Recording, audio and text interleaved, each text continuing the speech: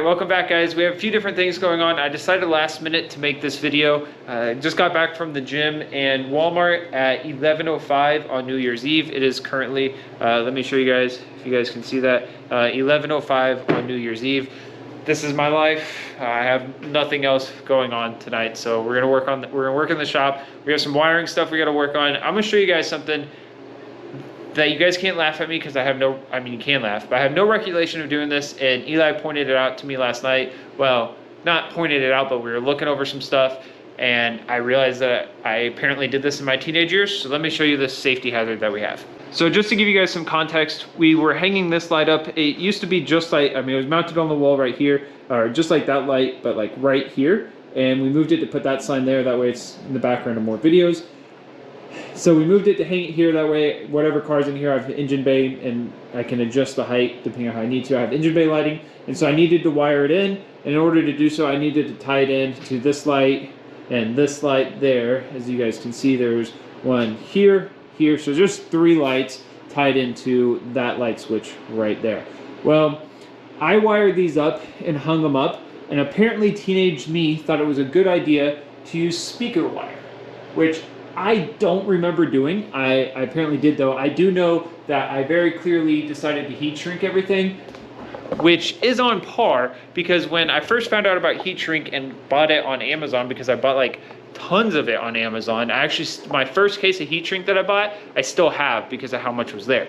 So we got some wire nuts. We're gonna fix this. I have no clue how this hasn't burnt down. I wish I would have remembered that I did it sooner.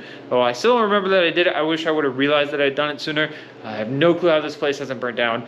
So we have some correct wire and wire nuts, and we're gonna get this wired up and get this light working as well, and just make an all-around better situation. So we also have some new outlets. I bought a big box of outlets on Amazon. It's a 20 pack. Let me show you guys. So it's a 20 pack in outlets. I bought these to do some rewiring in the house and new outlets and everything. I promise there's no heat shrink or speaker wire involved in that. And I needed 20 of them, and as you guys can see, there's 4 packs missing. And when I first unboxed them, I thought, man, there's only 10 in here. Well, there's 2 in each box, and so before I opened the boxes, I reached out to Amazon and had them send me another box due to their mistake, and so now I have nearly 40 outlets. So we're gonna add new outlets out here. I was gonna say redo, but we're gonna add new outlets out here as well. Just make it a little bit safer, all modern, and again, do everything the correct way instead of using speaker wire and heat shrink. So I'll keep you guys posted. All right, so we have the breaker turned off, no power going to these, and the light switch off just to be safe. So we're gonna go ahead and start with removing the speaker wire and then move on to adding that light and all that stuff. But first, we need to get rid of that speaker wire. That is most important. So before I start working on this, I should tell you guys, I fully acknowledge that I am not a trained professional in this. I do understand how electricity works, which is why part of the reason I am very shocked that the speaker wire hasn't caused a fire. But do not take my advice. I am purely just doing this. I live out in the country. Things don't have to be up to code. So I don't have to worry about junction boxes and stuff like that. I will probably eventually get a junction box, but Walmart was my only source tonight whenever I remembered that I needed to do this. Lowe's was closed because it was past closing time for Lowe's. Lowe's closes at like 8 or 9 o'clock, and I got to Walmart at right at 10 o'clock. So keep in mind that this is not final. This is just me doing something better than what it currently is, and I will keep fixing it. So we're gonna get started with this. Again, power is turned off. So first things first, we need to cut out our speaker wire. Rid of that mess. And the wire that I bought is it is a 3-ground system, so I can hook up the grounds as well. So keep that in mind, I am doing stuff mostly better. It's all about upgrading and doing better than before, right? Pull this out. Go. That's a disaster. Okay. Cut this. That. And throw that away. Okay, so that's cut out. I want to cut out. How the hell did I do that? I want to cut out this junk and do it as well.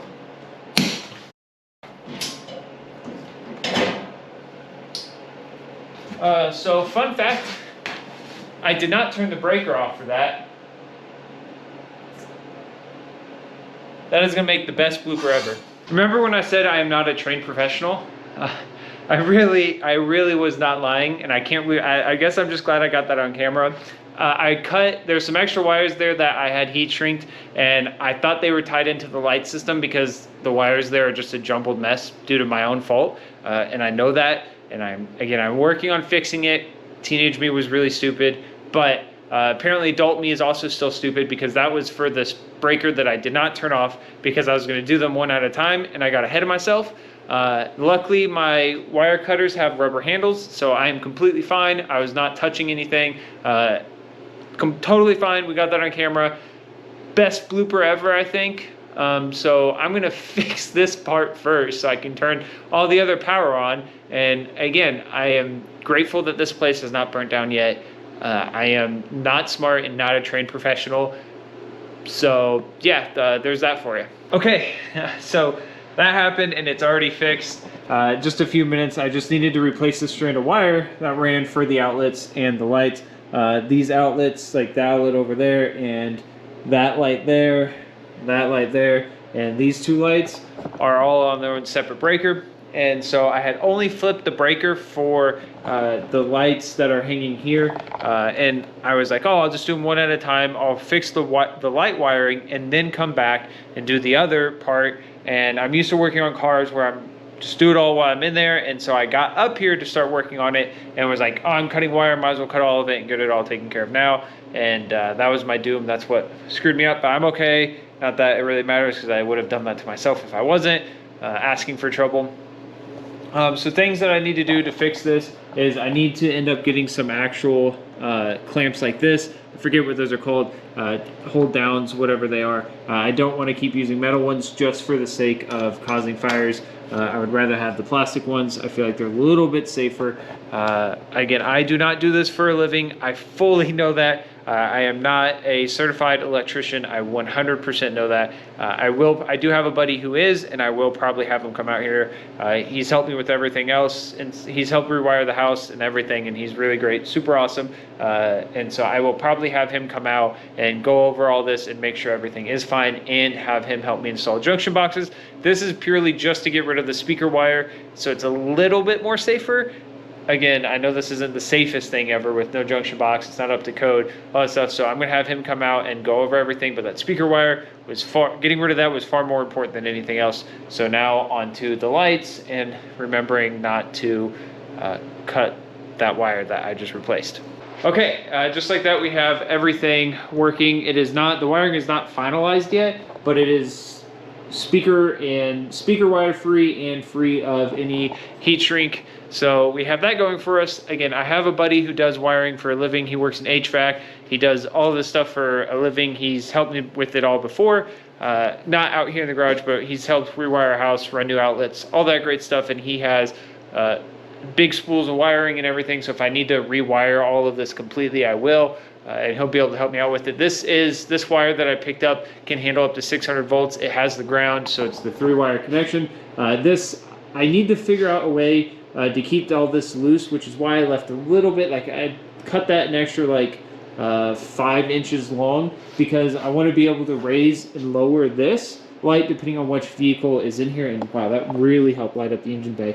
Without it, it's pretty dark, just so you guys can see. But again, we're not finalized with any of this yet. There's going to be junction boxes, and it will eventually be up to code. Right now, again, my main priority was getting rid of that speaker wire. I know this is slightly hazardous, but it's not as hazardous as speaker wire. So with that done, now we are going to do the outlets, and I'm going to actually grab my tester and make sure that there's no power running to these, each one I do, and we'll take care of them one at a time. Okay, it is the next day. I called it quits about 12:20 last night. I only got one outlet replaced. I was just worried that I was going to end up screwing something up again, as you guys saw. I was pretty tired. Again, I had gone to the gym. It had been a long day. It was midnight. And so I was just worried I was going to screw something up, so I called it a night. It is now about noon the next day, and we are working on the Camaro. We are cleaning the Camaro. Now, same kind of thing that with the electric, I am no professional body guy. I have done quite a bit of research on cleaning cars though. I have always been interested in cleaning cars. So we're going to ceramic coat and detail the car today and focus on the outside. It's been a few months since we've done a ceramic coat, and it's been a little bit of a harsh winter so far. It's like 50 degrees out today, so we are lucky there. So our first step is cleaning the car, or cleaning and prepping for ceramic coating. And so far we've just rinsed it off. As you guys can tell, the water didn't beat up all that great. It's been since like September, and multiple car washes since it's been ceramic coated. So I have a wide variety of products that I use to clean vehicles. I don't have like one specific brand. Each step I use something different. Today we are adding a different step into the process. So I'll keep you guys posted on that. But our first step is cleaning the car, obviously, and prepping it. So the soap we have here is Turtle Wax. This stuff is really great because since I am ceramic coating it, I don't want to fill the pores of the clear coat with wax. So I do some looking. The day I found this soap it was a long time ago. I went through the aisle and was trying to find something that didn't have any wax in it, because I don't want, I got to leave. You got to think of it like skin, sort of is the best way to think of it. All right, just a porous material. You don't want to fill any of the pores or any of the clear coat pores with a wax. So you got to find something that's stripping agent and cleaning that doesn't have wax in it, and this stuff does not. There's 3 different measurements that you can use here. I tend to do extreme because it removes brake dust, sap, and all that stuff, and since I'm ceramic coating it and stuff, I'm fine with it removing any waxes or ceramic coating that I have on there. So we have some of that soap mixed with some little bit of warm water in here so I don't freeze my hands off, and then we have our soap cannon right there. So we're gonna get cleaning.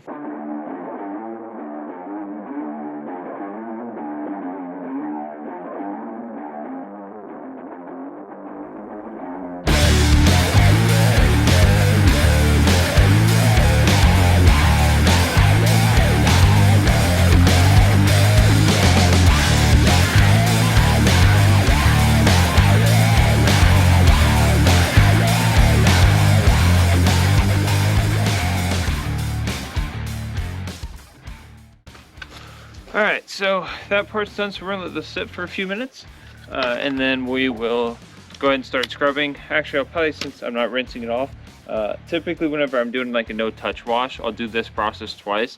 I'll spray it down, get it wet, apply the soap, let it sit a few minutes, rinse it, soap one more time, and then rinse it. Whenever I do a no-touch wash, the first wash will be with this wash that's a good stripping agent, and then I will go over it with the soap that does have a wax or ceramic coating in it. I think the one that I use that does have wax in it is also Turtle Wax. Sometimes I'll buy the Mothers that matches my ceramic coating that has like a shine agent in it, but whatever shine agent you want for the second wash. But today we're gonna do a scrubbing wash, so I got some fancy microfibers, so we're gonna get started with that part.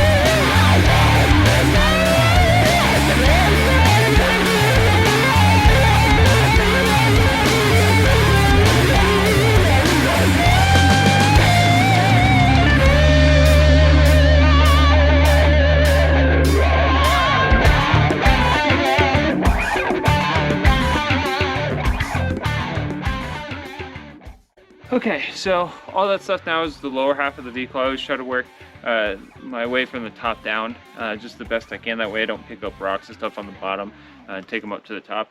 So since all that's left is like the lower half of the front grille, lower half of the bumper, and lower half of the side skirts, we're gonna go ahead and rinse this off. That way the soap doesn't dry, and then we'll move on to the lower half.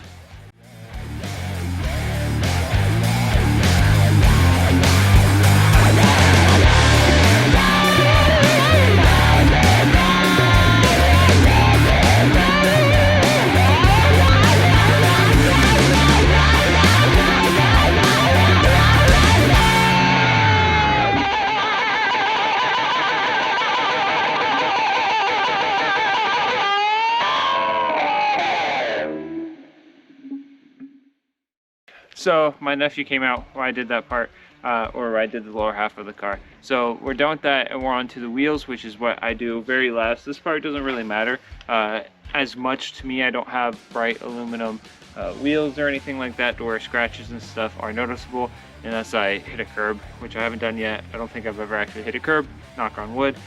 So I saved this part for last because I don't have to worry as much about the, bringing brake dust up to the paint and all that stuff. I can use the soap and water that's sitting in my bucket and then rinse them off. So this is the longest part of just doing a quick wipe down of a car, or just even if you're not ceramic coating it and stuff, this will be the longest part. So we're just gonna get to it. I hate this part because it hurts my back. If you're smart, you have a stool or a chair or something to sit on, but I am not smart, as you guys saw. So we're gonna get this part done.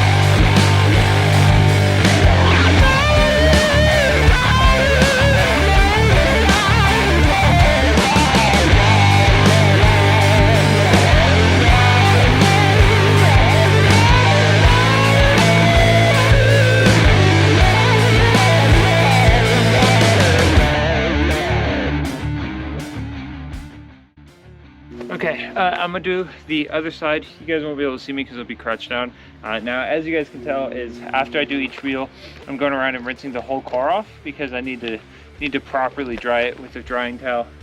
But I'm not quite there yet since I have to keep rinsing the wheels off. It wouldn't make any sense to do that.